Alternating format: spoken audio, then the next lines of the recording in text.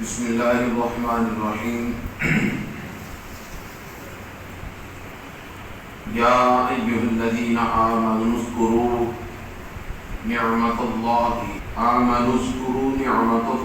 علیکم اذ جاءتکم جنود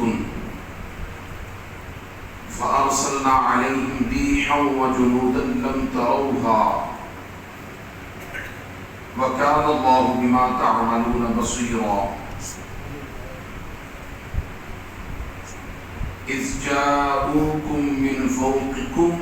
ومن أسفل منكم وإذ زاغت الأبصار وبلغت القلوب الحناجر وتظنون بالله الظنون.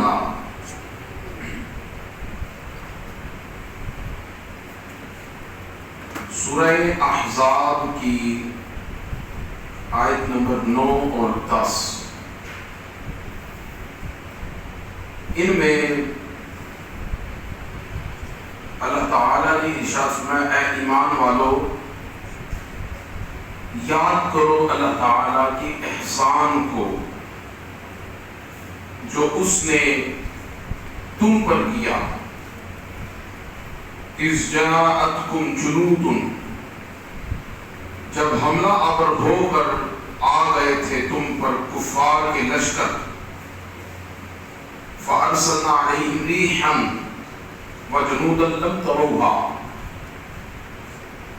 بس ہم نے بھیج دی ان پر آندھی اور ایسی فوجیں جنہیں تم نہیں دیکھ سکتے تھے. وَكَانَ اللَّهُ بِمَا تَعْمَلُونَ بَصِيرًا، اور اللہ تعالیٰ جو کچھ تم کر رہے تھے خوب دیکھ رہا تھا. اِذْ جَاءُوكُم مِّن فَوْقِكُمْ وَمِنْ أَسْفَلَ مِنْكُمْ وَإِذْ زَاغَتِ الْقُلُوبُ وَإِذْ زَاغَتِ الْأَبْصَارُ وَبَلَغَتِ الْقُلُوبُ الْحَنَاجِرَ. جب انہوں نے حلہ بول دیا تھا تم پر اوپر کی طرف سے اور تمہارے نیچے کی طرف سے، اور جب مارے دہشت کی آنکھیں پتھرا گئی اور کلیجے منہ کو آ گئے اور تم اللہ تعالیٰ کے بارے میں طرح طرح کے گمان کرنے لگ گئے. هنالک ابتلی المؤمنون وزلزلوا زلزالا شدیدا، اس موقع پر خوب آزمایا گیا ایمان والوں کو اور وہ خوب سختی سے جھنجھوڑے گئے. یہ واقعہ غزوہ خندق کا ہے جسے تبوک کہا جاتا ہے. یہ تقریباً 4 یا 5 ہجری کو پیش آیا، جو روایتیں اس میں ملتی ہیں. غزوہ احد کی 1 سال کے بعد. غزوہ احد میں جب گھاٹی پر متعین تیر اندازوں کی اجرت اور غلطی کے باعث اسلامی لشکر کو سخت جانی نقصان ہوا تو یہودیوں کے حوصلے بڑھ گئے. دوستی کے معاہدے کے باوجود بنی نذیر نے حضور کریم علیہ الصلوۃ والسلام کو معاذ اللہ شہید کرنے کی ناپاک سازش کی، جس میں وہ بری طرح ناکام ہوئے. اس عاشقی اور غداری کے باعث حضور علیہ الصلوۃ والسلام نے انہیں مدینہ طیبہ سے نکل جانے کا حکم دیا. اصل میں مدینہ طیبہ میں 2 مشہور قبیلے آباد تھے، بنی نذیر اور بنی قریظہ. یہودیوں کے 2 قبیلے تھے. یہ اگرچہ حضور علیہ الصلوۃ والسلام نے مدینہ منورہ میں پہنچتے ہی ان سے دوستی کا معاہدہ کر رکھا تھا،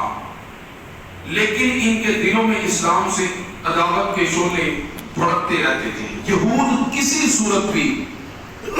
نہ حضور علیہ الصلوۃ والسلام کے کبھی موافق ہوئے اور نہ صحابہ کرام کے کبھی وہ موافق ہوئے. ان کے دوستی کے معاہدے کے باوجود وہ اندر سے سازشیں کرتے. اور غزوہ احد میں جب یہ واقعہ پیش آیا اور مسلمانوں کو کافی نقصان ہوا تو انہوں نے سمجھا کہ اب مسلمانوں کے پاؤں لڑکھڑا گئے ہیں، لہذا اس سے ہم فائدہ اٹھائیں اور ان پر مزید حملہ آور ہونے کی کوشش کریں اور ان کو دبا دیں۔ جب ان کی یہ سازش اپنی سازش میں یہ ناکام ہو گئی تو مسلمانوں پر اور حضور کریم علیہ الصلوۃ والسلام پر یہ آشکار ہو گئے، واضح ہو گئے کہ انہوں نے یہ حرکت کی ہے۔ حضور کریم علیہ الصلوۃ والسلام نے ان سے فرمایا کہ آپ مدینہ سے نکلو یہاں سے۔ جب انہیں مدینہ منورہ سے نکلنے کا حکم دیا گیا تو عبداللہ بن ابی نے انہیں جا کر ان سے ملاقات کی اور ان سے عبداللہ بن ابی مسلمان تھا، اوپر سے کلمہ شریف پڑھتا اور اندر سے منافق تھا اور یہودیوں کے ساتھ بیٹھ کر جا کر ان سے گفتگو بات چیت کرتا، اندر سے مسلمانوں کے خلاف تھا۔ یہ حضور کریم علیہ الصلوۃ والسلام کے پاس بھی بیٹھتا، ادھر سے باتیں سنتا اور ادھر جا کر ان کو بتاتا۔ اور جب مسلمانوں نے ان دو قبیلوں کو مدینہ منورہ سے نکل جانے کا حکم دیا تو یہ جا کر ان سے کہتا کہ مسلمان تمہارا کچھ نہیں بگاڑ سکتے، صرف بات اتنی ہے کہ آپ اپنے قدموں پر ذرا کھڑے ہو جائیں مضبوطی کے ساتھ، پھر آپ کا یہ کچھ نہیں کر سکیں گے۔ جب عبداللہ بن ابی نے انہیں یہ اشارہ دی تو مدینہ کے اندر یہ دونوں قبائل اپنے گھروں کے اندر اکڑ گئے اور کہنے لگے کہ ہم یہاں سے نہیں نکلیں گے، ہم اپنے گھروں کے اندر موجود ہیں۔ جب انہوں نے کہا کہ ہم یہاں سے نہیں نکلیں گے تو اس نے اب کیا کہا کہ اگر یہ جنگ کے لیے آپ کے ساتھ آمادہ ہو تو عبداللہ بن ابی ان سے کہنے لگا کہ آپ مطمئن رہیے گا، میرے ساتھ کئی ایک دوسرے قبائل موجود ہیں، وہ جب جنگ ہوگی تو ہم لوگ آپ کے ساتھ ہوں گے، ان کے ساتھ مخالف ہو کر ہم آپ کے ساتھ لڑیں گے، آپ کا تعاون کریں گے اور مسلمانوں کے ساتھ ہم بھی لڑیں گے۔ یہ کون کر رہا ہے؟ عبداللہ بن ابی، جو ظاہری کلمہ گو تھا، جو ظاہری مسلمان تھا۔ حضور کریم علیہ الصلوۃ والسلام نے جب مسلمانوں کی یہ حالت دیکھی اور ان قبیلہ والوں کی یہ حالت دیکھی، مختصر یہ کہ آقا علیہ الصلوۃ والسلام نے صحابہ سے حکم فرمایا کہ ان پر جو ہے نا وہ آپ قبضہ کریں، ان پر دعویٰ بول دیں۔ جب مسلمان ان کے پاس پہنچے تو عبداللہ بن ابی اپنے گھر سے ہی نہ نکل سکا۔ وہ سوچ رہا تھا کہ جب یہ تھوڑا سا اپنا روپ اور دبدبہ دکھائیں گے بنی قریظہ والے، بنو نذیر والے، تو مسلمان ان کے ساتھ جنگ نہیں کریں گے، کیونکہ مسلمانوں پر احد کے میدان سے نکلتے ہوئے کافی نقصان ہوا تھا اور جو مکہ کے قریش کے جو سرداران تھے وہ پلاننگ میں تھے کہ ہم ان پر کے ساتھ ایک نئی جنگ چھیڑ دیں۔ تو مسلمان تو ان کی طرف سے پریشان ہیں، تو لہذا جو اپنے جو ہے ان کے اپنے شہر کے رہنے والے ہیں وہ یہ نہیں کریں گے کہ اپنے شہر والوں کے ساتھ کوئی جنگ چھیڑ دیں، لہذا یہ اپنی بیرونی ساخت کو مضبوط کرنے کے چکر میں اندر جنگ نہیں چھیڑیں گے، وہ اس چکر میں تھا۔ اور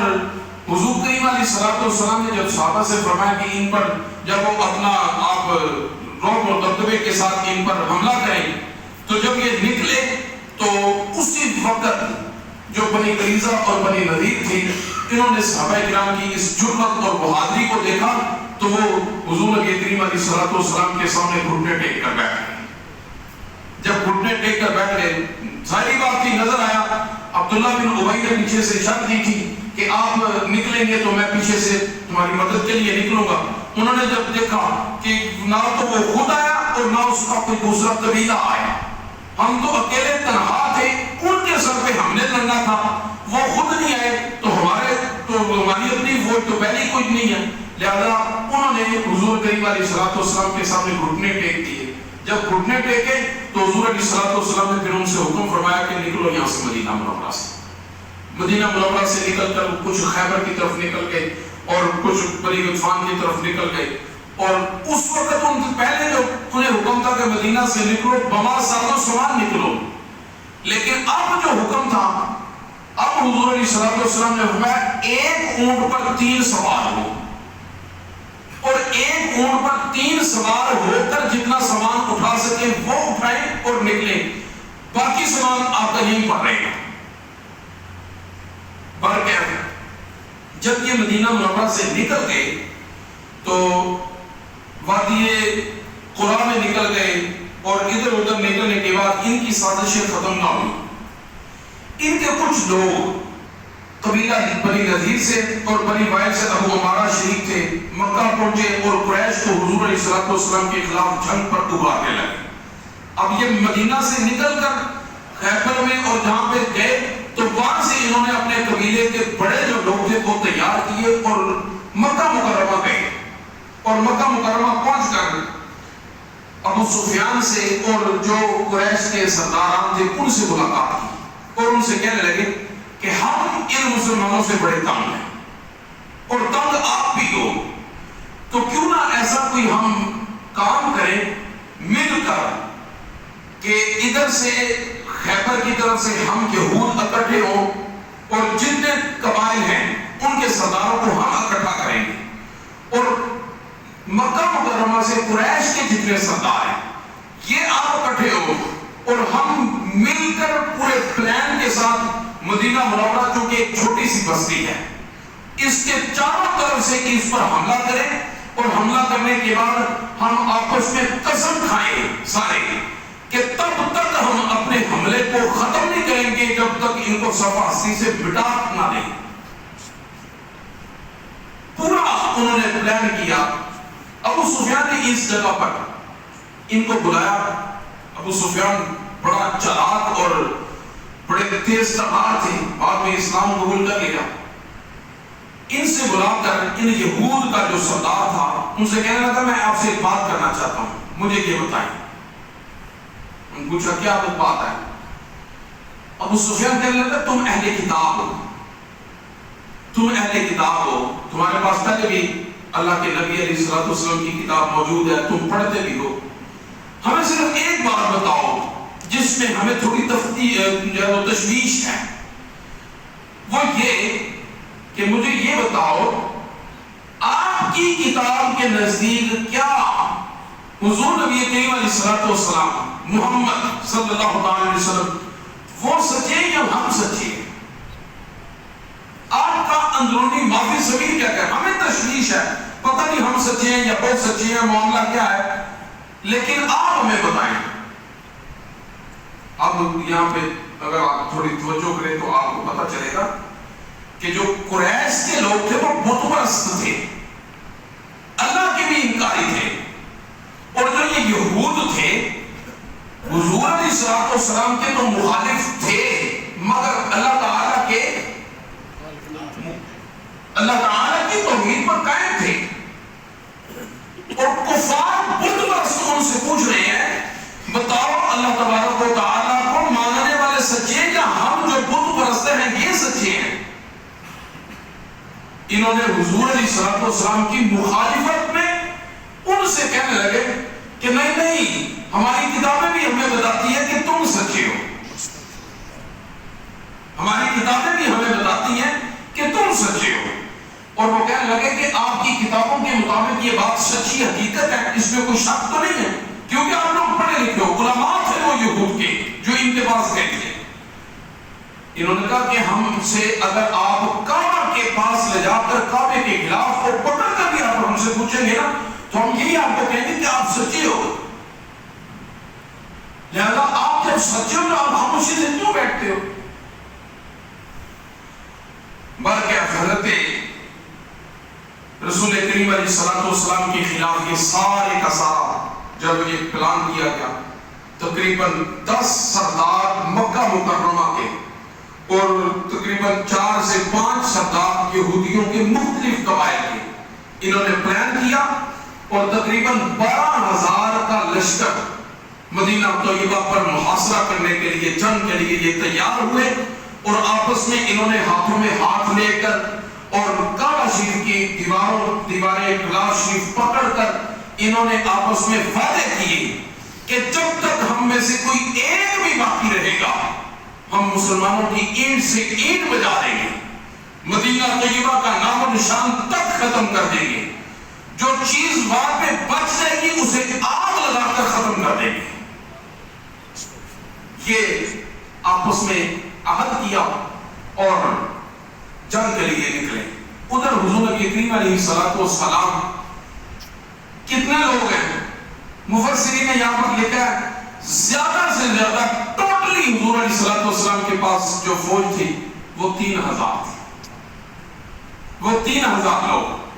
آقا علیہ السلام نے ان سے مشورہ فرمایا، لوگ بتاتے تھے آ کر اللہ تبارک و تعالیٰ نے اپنے حبیب علیہ السلام کو ساری خبر دی۔ جب یہ حضور نبی کریم علیہ السلام تک یہ بات پہنچی تو آقا علیہ السلام نے ان سے پوچھا، بتاؤ جی اب کیا کرنا چاہیے، کیا آپ کی رائے ہے؟ اور جو سامنے غلام تھے وہ رسول کریم علیہ السلام کے مخلص غلام تھے، وہ اپنی جانوں کی قطعاً کوئی پرواہ نہیں کرتے، حضور علیہ السلام پر ہر چیز نچھاور کر کے قربان کر کے سر پہ کفن باندھ کے حضور نبی کریم علیہ السلام کے ہر وقت پیش رو رہتے، آپ کے پاس رہتے۔ حضرت سیدنا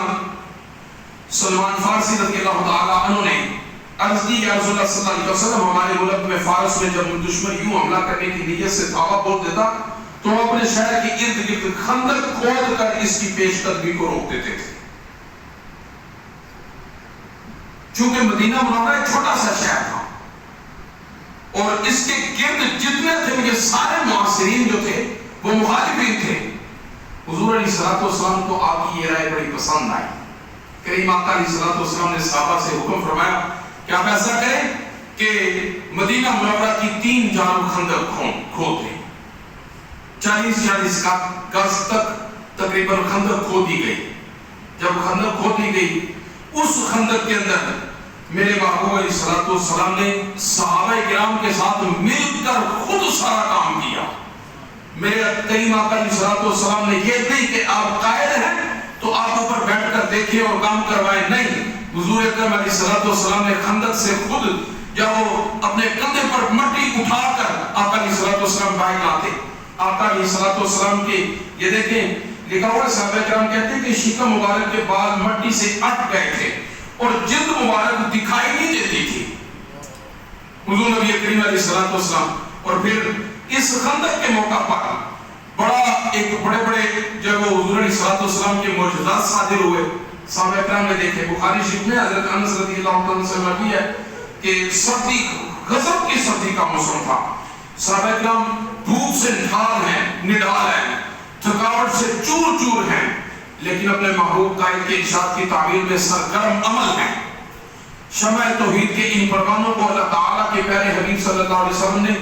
جان بازی اور فدائیت کا یوں مظاہرہ کرتے ہوئے دیکھا تو فرمایا ان العیش عیش الاخرہ فاغفر الانسان والمہاجرہ۔ اللہ تعالیٰ کی بارگاہ میں عرض کی، اے میرے مولا زندگی تو آخرت کی زندگی ہے، یہ دنیا کی زندگی جیسی بھی ہے، یہ کاٹ کر جب تیری بارگاہ میں پہنچ جائے تو میری عرض یہ ہے یہ تمام میرے انصار اور میرے مہاجرین کی تو بخشش فرما ہے۔ اور وہ پھر جب انہوں نے یہ جملہ سنا